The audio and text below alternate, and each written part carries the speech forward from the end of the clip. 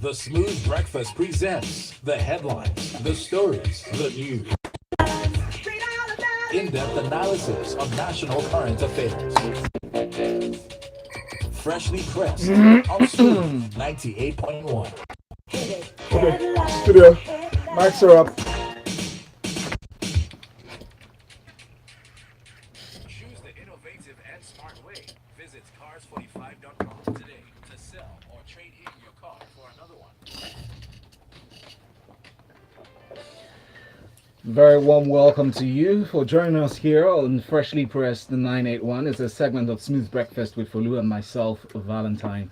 Lagos, you're listening to Smooth 98.1 FM, Lagos. During this Freshly Pressed detailed analysis of newspaper stories, that is, we have our analyst in the studio to do justice to these stories, and his name is Devoe Okorie. Good morning, Devoe. How you Good doing? morning, Lagos. Did I overwhelm you with that introduction? Bienvenue, Président Français. Please don't bite No, your this tongue. is our lingua franca is English. Let's Yes, focus. Eku Parlement, you're welcome. Let's focus. Thank you very much. Parlement, So interesting. Lagos, as we are going to go through the detailed newspaper analysis, do remember your modes of communication are multiple with us this morning. You can send us messages to our WhatsApp number. It is 0809 444-0981. You can catch us in our live stream. Just go over to YouTube right now. Just search for Smooth FM Lagos in the search box, or type in your web browser, youtube.com/smooth981FM Lagos, and of course use the hashtag freshlypressed981. Not only so that you can communicate with us, but so you can also see the stories which we are going to go through this morning. All right. So that hashtag once more, it's freshlypressed981. Thank you very much. This the newspaper has this first story. The headline reads: Senate bags state community police. Interesting story now that's that we're met with this morning. Now the Senate seems to be yielding to pressure as a lot of groups have actually been calling for this. Now yesterday they reviewed the security situation in the country in the wake of the recent massacre of over 200 people in Plateau State, with a resolution to amend the constitution to accommodate creation of state and community police. Along these lines, the Deputy Senate President has been directed by the Senate to lead the Constitution Review Committee to come up with a draft amendment to the section of the Constitution relating to state police within 2 weeks. What are your thoughts, Devoe? Well, our Senate's been under attack for some time. Yes. Between the Tom and Jerry relationship between the executive and the legislature, and here you see it being played out once again. There were protests that took place. Now, in their sitting, they just resumed from break. They've moved, and this is their response to the security breakdown in the nation. Top of the list, Plea, and then you file back all the different cases of Taraba State, Benue, Zamfara, and even some places within the south. Now, what they're saying is that it's high time that they move a bill for state police. Yeah. Now, this has a long history of debate, and the biggest defense has been that governors would somehow abuse it and start creating small kingdoms unto themselves, not just to the people, but to the country as a state. Now, they came up with two resolutions. One, that the Committee on Constitutional Review draft an amendment for the creation of state police. Secondly, that another committee look at a bill to create the Truth, Peace, and Reconciliation Commission. Now, how can they do this? The 8th Assembly has a few months left until we go for the elections. If they give it the necessary attention and the speed, especially if you remember when they passed the bill against, I think that was homosexuality. Yes, It's indeed. got Alarmingly what quickly. they call what's that runner? Hussein Bolt speed. Yeah. Yeah. So if they give it that attention, it should come out. But there's a lot of politics into play, because remember, there's a first reading, there's a second reading, And then it goes to the states, and then it comes back before presidential assent. Now, Devoe, as you mentioned, just to go back and look at something, this community policing, it has come up before. It is something that has been hotly debated and contested. And I like that you mentioned that there has been a lot of politicking around this particular issue. Again, do you see that perhaps we're seeing this sort of resolutions being made because we do have 2019 just in view? Well, one could say yes, there's a political undertone, but on the objective side of it, our National Assembly is doing their job, because currently, from what Gimade said in his own submission, that the police has shown that they cannot handle this. It's gone beyond their capacity because this has happened times over. And we can't continue giving sound bites. We can't continue condemning. There has to be some drastic attention. Now, the attempt to bring in state police is basically fundamentally to shore up capacity of our security systems. Currently, it's one policeman to over 400,000 people. In no land, whether you have all the technology, will that work?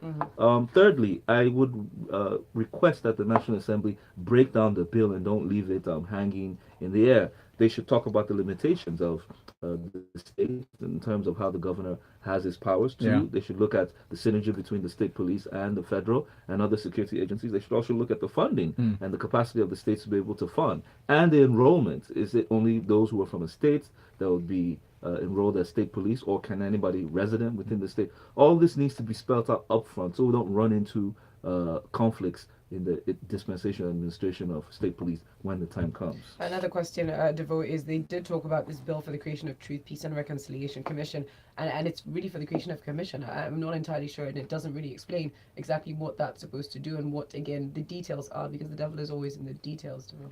Well, you know there's a conflict between the Truth and Reconciliation Commission and the works of justice, because under the such acts, what happens is that parties come together and talk, and they come out and openly confess what they've done here or the other. I don't really know whether the timing is right, because much blood has been spilled. Grievance is on many sides. I think our laws need to be enforced. The police and the security agencies need to do their work. If there are people that have run in violation of our laws, bring them to book and let's see the court take its process. When you bring in this caveat of the Truth and Reconciliation Committee, Could it be about the farmers and herdsmen? what? There are many insecurity cases. The farmers and herdsmen is one. The Boko Haram insurgency is another. The banditry is a third one. Fourth one has to do with the ethnic clashes that are taking place sporadically within the nation. I mean, we need to get justice working. Thank you. Thank you very much, Devoe. Moving on to the next story from Punch newspaper. The headline says DSS storms Ekiti school, arrests officials. So operatives of the Department of State Services on Tuesday swooped on a secondary school in Ekiti, Ola Olua Muslim Grammar School precisely, and arrested some members of staff. They said they arrested them because they allegedly are collecting or were caught collecting permanent voters cards. The principal, when he commented on this, said no, that wasn't what they were doing. They weren't doing anything that was outside the tenets of the law. Pretty much, they said they were collecting photocopies of the documents of the teachers and staff, including the PVCs, prior to the examination they were sent for their students. Devoe. I would just like us to take a little caveat on this story. There needs to be some caution because the story is actually incomplete. Yes. Basically, here is a reporting in the Punch about the DSS going ballistic on a secondary school in Ekiti. What was the allegation? That they teachers or some of the staff members were collecting PVCs from teachers. What does that mean? Is PVC a mode of identification? They didn't explain it. They didn't break it down. It's only the report of the principal who said that he was within the compound and conducting exams whereby teachers were photocopying their PVCs in his office. And then is it a crime to photocopy your PVC? And that he was called by the DSS to report to their office within an hour, or else he would be treated like a common criminal. So this story doesn't break down. Add up on both sides. There are other reports in other papers that seem to suggest that the DSS are saying that they were attempting to clone PVCs, which is why they were collecting people's PVCs and attempting to copy that. But again, these are just sort of allegations, because when the DSS show up, obviously, they're not really showing up with information to hand out to other people. Yes, but you see, the if you still look at the optics, DSS, that's state security, and in some cases, secret service. I expect to see some level of covert operations, not Gestapo style. You're coming into a secondary school. The DSS need to know that they have limitations. I mean, was there any real security threats within the secondary school that they came out in black uniforms with black masks? Come on. You didn't do this where it mattered. Is it in a secondary school where there's literally zero threat that you now start to show pull your muscle? I think the DSS also, and for such an operation, you expect to see undercover operations and catch them right in the act, not to come Gestapo the way they did. We'll follow this story closely because they've invited, according to this story, the principal for questioning to provide information. So maybe we'll get to learn more after that. Now, Vanguard newspaper is next. 2018 budget. Protesters have stormed the National Assembly calling for Saraki. I have a little concern with the word storm, sensationalist headline. It says they're calling, asking Saraki and Dogara to resign. In the light of the recent insurgency, actually, all the killings and every level of credibility, even regarding 2018 budget, accusing them of padding the budget for their personal gain. Devoe, what do you think? Such dramatic sighs this morning, Devoe. So just taking your time and going through this. You know, it's funny. This story speaks about the loss of sincerity and the enthronement of charlatans in our polity. Many times when you hear protest, you need to take it with a pinch of salt. What is the case? What is the issue? And who are those protesting? Here we have protesters at the National Assembly carrying placards saying all manner of things. Of course, you're entitled to your rights, but what is the basis? That there was padding within the budget, and that the group was demanding that first of all, accusing the Saraki and Dogara of being behind the killings within the country, that they're mindful of what happened in Kogi and in Kwara, and that those officers have no moral standing to be leading the National Assembly anymore, and that's the padding, that's the introduction of the 500 million billion that came in was an attempt to hijack the budget. That's on the surface. Now remember, who was actually against or who had issues with that introduction? It came from the president himself, who he muted out and said that he wasn't comfortable with that. So, but Devoe, I don't think we should point this just at the presidency. I think a lot of people do have questions about constituency projects, how they work, how the offices work, how the money is dispersed. And so that is a valid and legitimate question to have. Yes, I agree to that. Especially when it's not very clear that is the role of the National Assembly to insert such things into the budget, which has been debated for a long time. Remember, it was supposed to be put before the court to be answered, and we're still sort of waiting for that. Yes, I agree to that. Now, I'm only muting the response of the Senate, who swiftly responded within their sitting yesterday that this protest was uncalled for, and that those who were part of it should look for better ways to air their grievances. They went as far as accusing the presidency and saying that he should call off his people that they sponsored, and that it's a mockery of the democracy. Now, even though the introduction of the budget, what they introduced was there, like you mentioned, it's up for debate, but the National Assembly is expected to not just affirm, but to represent the interest of the people. All right. So the National Assembly can say that, okay, well, we believe there's a high proportion of the budget tilted towards recurrent expenditure that we needed to move towards capital expenditure, infrastructure, and co. The National Assembly can take a position and say, well, even though there's security issues, we should put more attention on health and education. But is the debate not about how they then decide to enforce it? It almost seems as though they become a part of the people who create the budget. Yes. Now, the flip side is where we start to see, which is the accusation that you have a hand, this is for personal interest in the constituency budget. And they've claimed times without number that they are not involved in the contracting, that such constituency budgets actually fall within the executive. They only influence, and then it's done for their people. So it doesn't come to them. So on what basis are they getting any interest or getting any benefit from it? But what I really wanted to see is, I don't like seeing protesters when the issue is political. As citizens, we're meant to be protesting in the faces of our own representations, both in the House of Reps and the Senate, at their offices. Because at the end of the day, when you take a mass protest in front of the Assembly, you're taking up a cause that you would need critical mass to be able to achieve. And most times, where it matters, we don't protest. All right. Thank you. We've got quite a few messages, so let's see if we can get through some of them. Okongo Samuel says, I'm happy that the Senate is backing the state police, but with the fears of delayed salaries and the abuse of power by governors, I'd rather that we start with regional police. It will be easier to manage, funded, and be controlled by independent bodies. That's using the hashtag FreshlyPress981 on Twitter. While Flexmaster Nate says, after the state police is set up, will the governor still wait for handouts from Abuja before they can meet ensuing financial commitments? Imagine the calamities that arise when police have not been paid salaries for months or their funding withheld by an upset governor. Flex Martinet, remember that there's certain language you cannot use on morning radio. Ms. Ayumi sends in a message to say the veil has fallen off the eyes of the masses and the picture is becoming clearer. The National Assembly has become a clearinghouse for scams, and it's a good thing that the president has exposed the fraud of constituency projects and what they stand for. The protest is long overdue. Let's see, and we've got Steve Obiako saying that I think info on the DSS invasion of the school Ekiti isn't out yet because it doesn't make sense. That's how we feel.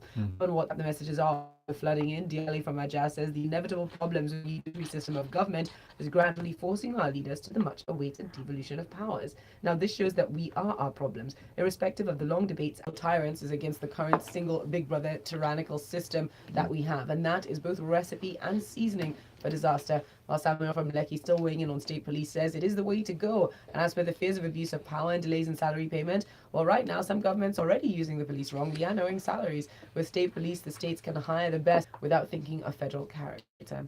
Well, moving on now, we are staying in the court systems for the next couple of stories. We've got to talk about Patience Jonathan now. The headline from ThisDay reads $15.5 million fraud. A court dismisses application to reverse Patience Jonathan's company's guilty plea. Now, what was being put forward, that's the company's Pluto Property and Investment Company Limited, Seagate Property and Investment Company Limited, and Transocean and Globus Integrated Service Limited. They were saying, listen, please reverse this plea because the people who entered the guilty plea were not authorized to do so. And the court essentially just said, no, that is an abuse of court process. We will not tolerate that. Your thoughts, Devoe? Well, it's just a highlight of what's taking place, an update. That's the company's counsel, that's Chief Michael Zekeme, SAN, who's speaking to the court, asking that the fact was not given, and those they were not given an opportunity to cross-examine the director's invitation. This was his position. Now, the court, in their response, that's through the prosecuting counsel, said that the purported directors were proven under the CAC to be indeed company directors. Therefore, obviously, as a director of a company, you should have some level of representation or authentication of your company. Now, even whether you say they had the mandate to do so or not, does that invalidate the accusation? So this has been swept off. We're looking forward to see how far this case is taken. Now, I'm asking, while we are reporting cases of corruption, just like last week they announced that over 300 and something cases were done, we want to see more expedited. We want to see high profile and even unknown cases published in the newspaper, so that the awareness of the anti-corruption campaign can be heard of. It shouldn't just be a case when it's prostitution. Now the headline is interesting, but perhaps not entirely as accurate as it suggests. Court jails 3 human traffickers for 41 years. Now it is talking about the trafficking of persons in different places, including Dubai, the United Arab Emirates.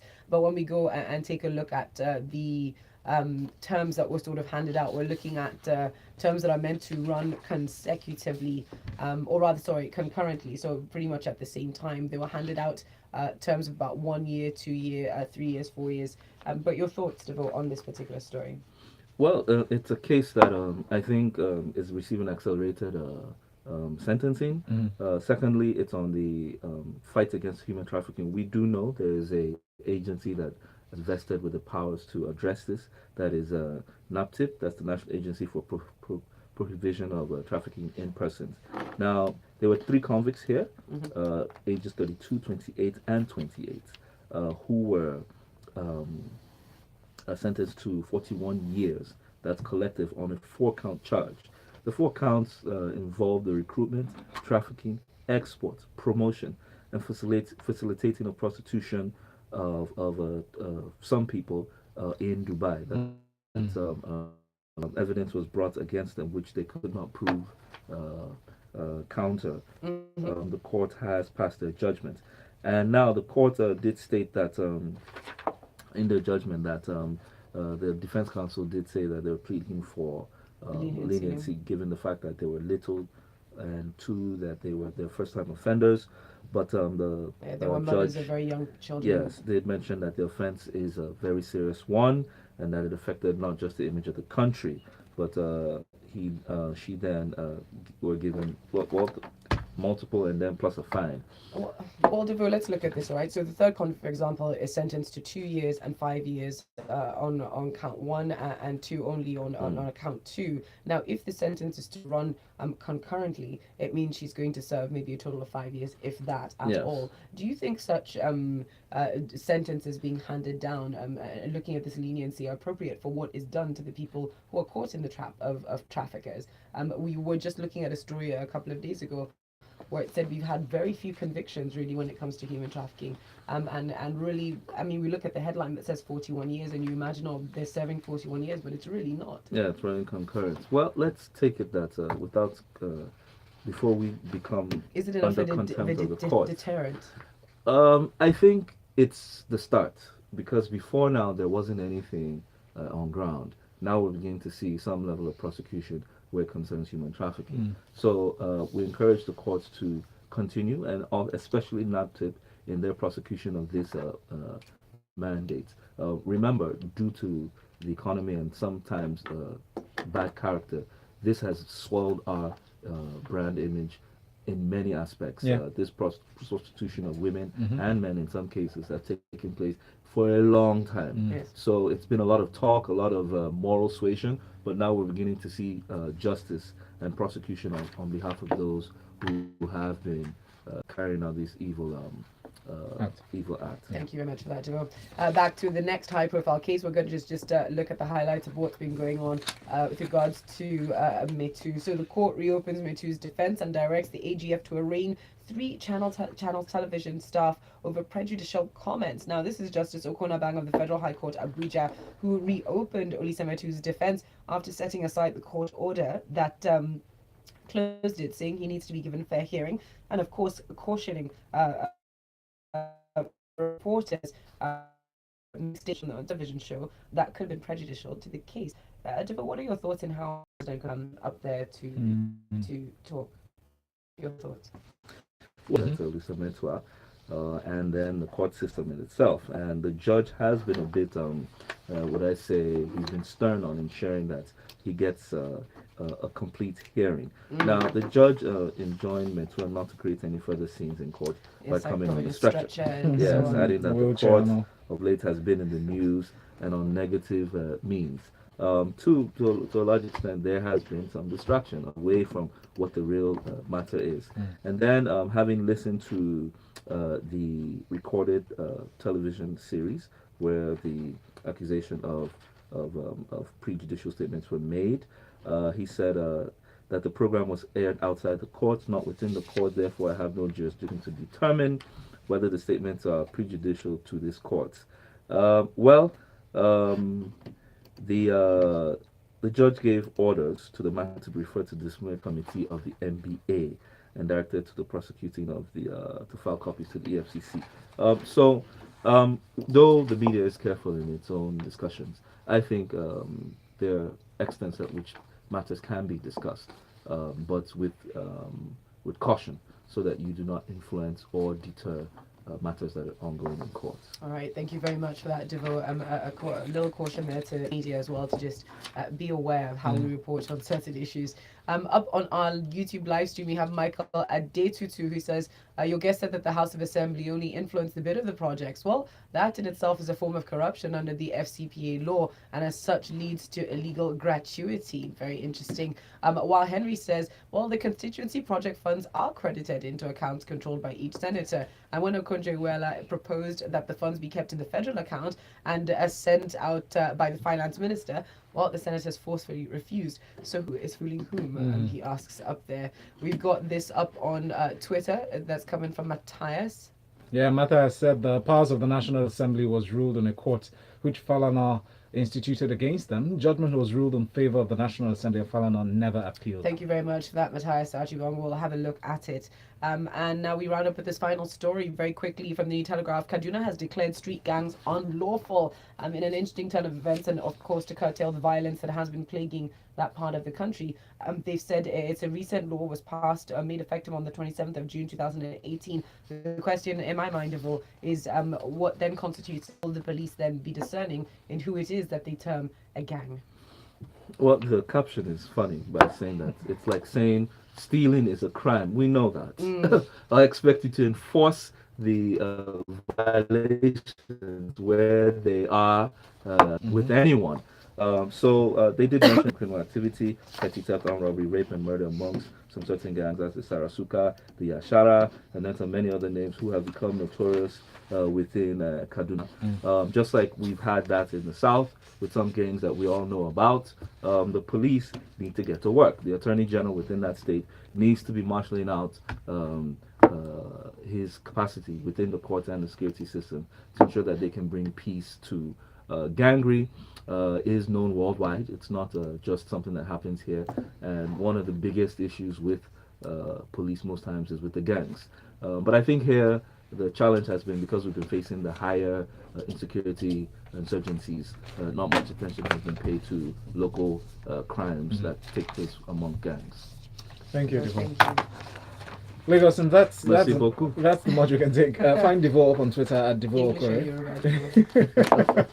At Devoe Okorie. Coming up next, though, at 8:15, we'll talk sports and analyze all the stories of the matches, especially yesterday's. That's from Tega Supreme is going to be joining us at that time, 8:15, and make sure you subscribe to our YouTube channel so you can catch all the details at that time. It's Smooth Breakfast. Good morning. Choose the innovative and smart way. Visit cars45.com today to sell or trade.